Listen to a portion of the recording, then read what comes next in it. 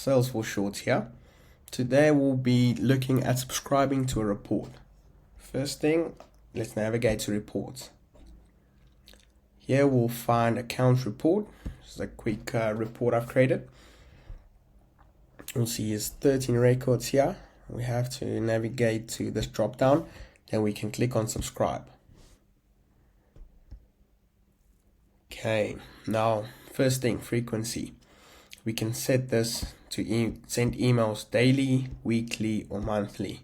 So for this example, I'll use daily, and let's say 9 a.m. So every day at 9 a.m. we'll get an email of this accounts report. You can add attachments. You can send it to other recipients as well. And what's really nice here at the bottom, conditions. So here you can set that the record count has to be equal to or greater than something before actually sending the reports. So let's say greater than 0. So what this will do is, if there's no records in this report, it won't send out an email to you. So it's really nice to in general put that on greater than 0.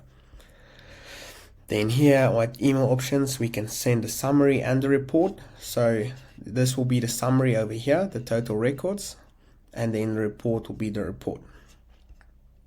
So it's just as easy as that. Then we can click save, and then we'll receive daily emails on this report at 9 a.m.